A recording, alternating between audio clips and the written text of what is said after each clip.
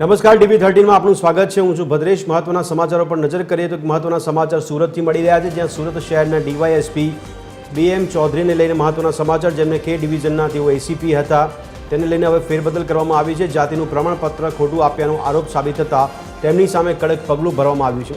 AM ચૌધરીને બરતરફ કરવામાં આવ્યા હોવાના સમાચાર છે। શહેરના DYSP BM ચૌધરી છે કે જેઓ ACP તરીકે ફરજ બજાવતા હતા K ડિવિઝનમાં, અને જાતિનું પ્રમાણપત્ર ખોટું આપ્યાનો તેમની પર આરોપ લાગવામાં આવ્યો છે।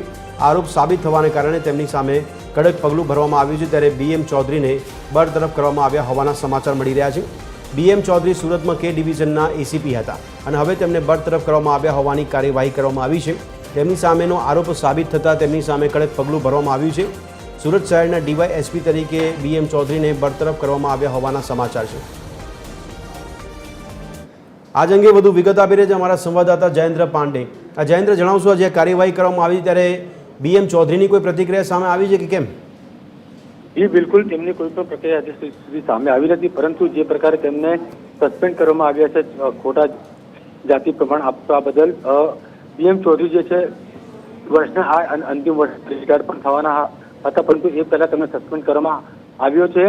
અડાજણ પાલ રાંદેર વિસ્તારના તેઓ જે છે ACP હતા, તેમના અંડરમાં 3 પોલીસ સ્ટેશન આવતા હતા, પરંતુ એકાએક તેમને સસ્પેન્ડ કરવામાં આવ્યા છે અને રિટાયર પહેલા સસ્પેન્ડ કરવામાં આવ્યા છે। આ ખૂબ જ મોટા સમાચાર હોય તેવું કહી શકાય છે।